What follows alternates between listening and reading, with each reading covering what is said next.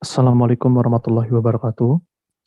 Perkenalkan, kami dari kelompok 7 Psikologi Adiksi yang beranggotakan saya sendiri, Rino John Saputra, lalu ada Ahmad Fauzan Rafsanjani dan Zulfahmi Fikri.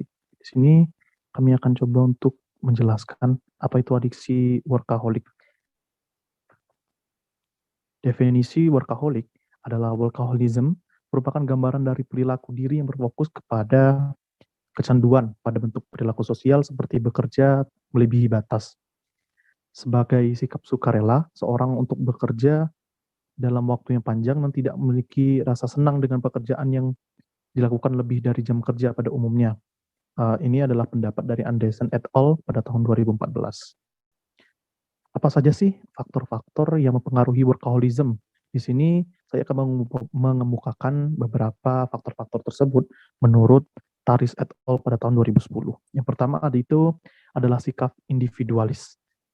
Sikap individualis ini adalah di mana segala permasalahan dapat diselesaikan sendiri tanpa menceritakan pada pihak lain dan menilai permasalahan tersebut menjadi rahasia dengan sistem komunikasi tertutup. Nah, yang selanjutnya itu adalah sikap tertutup, yaitu rasa tidak percaya diri ketika menyampaikan sesuatu secara terbuka, di mana pola pikir yang ditanamkan adalah segala sesuatu yang dimulai harus diselesaikan secara mandiri, tanpa harus menyulitkan pihak lain. Berikutnya adalah kurang sosialisasi. Hal ini disebabkan sikap yang terbiasa memecahkan masalah secara individu dan personal tanpa bantuan orang lain, dan menyebabkan para penggila pekerja ini akhirnya kesulitan saat membangun pola komunikasi untuk menyelesaikan masalah bersama. Selanjutnya yaitu sikap optimisme. Sikap optimisme ini adalah mereka, para workaholic ini percaya untuk menjadi diri sendiri, mendorong seseorang untuk yakin bahwa dengan kekuatan diri, semua persoalan dapat diatasi dengan kemampuannya sendiri. Selanjutnya adalah ekspektasi yang tinggi. Ekspektasi maupun pengharapan yang tinggi mendasari seseorang untuk bekerja lebih keras dan lebih giat untuk mendapatkan target yang harus dicapai. Selanjutnya yaitu dimensi workaholic.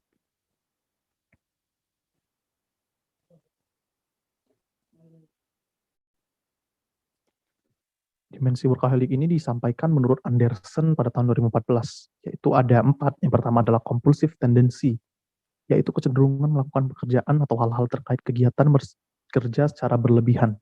Yang selanjutnya adalah kontrol, yaitu pengendalian diri. Lalu ada impaired communication dan self-absorbed, yaitu kesulitan dalam melakukan komunikasi secara personal.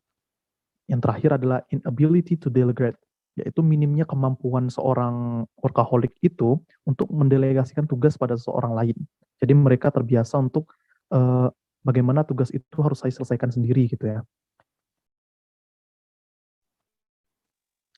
Nah, selanjutnya kami telah melakukan observasi dan wawancara dengan subjek yang berinisial F. Di sini saya akan memaparkan status presence ketika subjek ini diwawancara, yaitu F memiliki tinggi badan sekitar 162 cm dan berat badan sekitar 58 kg, sehingga terkesan memiliki bentuk tubuh yang proporsional gitu ya. Untuk F ini sendiri memiliki wajah dan kuku yang terlihat bersih, sehingga terkesan ia rajin merawat diri. F menggunakan baju koko berlengan panjang berwarna coklat muda, celana berbahan katun berwarna abu-abu. Selama pemeriksaan, F sering melakukan kontak mata dengan interviewer, sehingga dengan posisi duduk yang tegap dan posisi kaki yang bersila. F ini memiliki ketertarikan dalam wawancara ini yang diperlihatkan dengan sikapnya yang memperhatikan dan merespon dengan cepat dan mau menjawab pertanyaan dengan jawaban yang rinci gitu ya. Selanjutnya yaitu hasil anamnesa dari latar belakang keluarga ini sendiri. F merupakan anak tunggal atau anak satu-satunya dalam keluarganya. F dari kecil memang selalu tinggal dengan kedua orang tuanya. Ketika masuk kuliah, baru tinggal sendiri di kos gitu, dan jauh dari orang tuanya. F dari waktu kecil memang dididik dengan pola asuh yang cukup keras, terutama dari pihak ayah, yang mana keinginan dari ayah ini harus diikuti oleh anaknya, seperti halnya memiliki sekolah atau memilih sekolah. Berbeda halnya dengan dari pihak ibu yang lebih banyak mengalah dan lebih mudah terpengaruh oleh ayah. Jadi lebih banyak mengikuti keputusan dari ayahnya si F ini. Dari pola asuh yang diberikan dulu, yang akhirnya berdampak pada diri F itu sendiri untuk bekerja keras dalam menyelesaikan suatu pekerjaan. Nah, dari riwayat pendidikan, F ini awalnya mulai dari TK ya gitu, kayak standar lah dia, nggak ikut dari PAUD tapi dari TK gitu yang formal, dan SD sampai akhirnya SMA di Batam gitu, yaitu kampung halamannya. Ketika SD, awalnya F ini masih banyak main gitu, namun pas kelas 4 dia mulai berprestasi akademik karena dapat dukungan dan dibimbing oleh saudari ayahnya yang mengajar juga di sana. Ketika masuk SMP di mana ada perbedaan pendapat antara F dan ayah untuk masuk ke sekolah mana yang selanjutnya gitu, akhirnya ikut keputusan ayahnya yang masuk SMP 1. Lalu masuk SMA tetap ditentuin juga oleh ayahnya gitu. Nah, ketika sekolah, F sering ikuti lomba MTQ dan juga mengikuti berbagai organisasi pramuka dan OSIS ketika di SMA. Ketika masuk ke perkuliahan, F ini mulai mengurangi kegiatan dan organisasi dan memilih untuk fokus di satu bidang saja seperti UKM gitu, unit kegiatan mahasiswa. Nah, yang berfokus pada penulisan karya ilmiah. Nah, F ini berkuliah di salah satu universitas di Sumatera Barat, yaitu Universitas Negeri Padang, dengan jurusan psikologi. Nah, saat kuliah, banyak mendapat tugas karena kuliah daring gitu ya, dari tahun 2020 awal gitu. Nah, namun F ini dapat menyelesaikan semua tugasnya itu karena ya tipenya itu yang mengerjakan tugas yang jauh dari hari-hari pengerja dari deadline gitu ya. Nggak kayak mahasiswa pada umumnya gitu yang baru dekat deadline baru dia ngerjain. Nah, selanjutnya dari sisi emosi, pada diri F ini anaknya tidak suka marah dan nggak enakan sama orang gitu, people pleaser gitu ya. Ketika ada masalah, F ini nggak mau ribet dan memutuskan untuk menyelesaikan dirinya sendiri. Namun ketika sudah merasa tidak tahan lagi dengan rasa marahnya, baru dia meluapkan emosi itu tadi, kayak meledak gitu emosinya. Uh, dia langsung ngomong sama orang yang bersangkutan.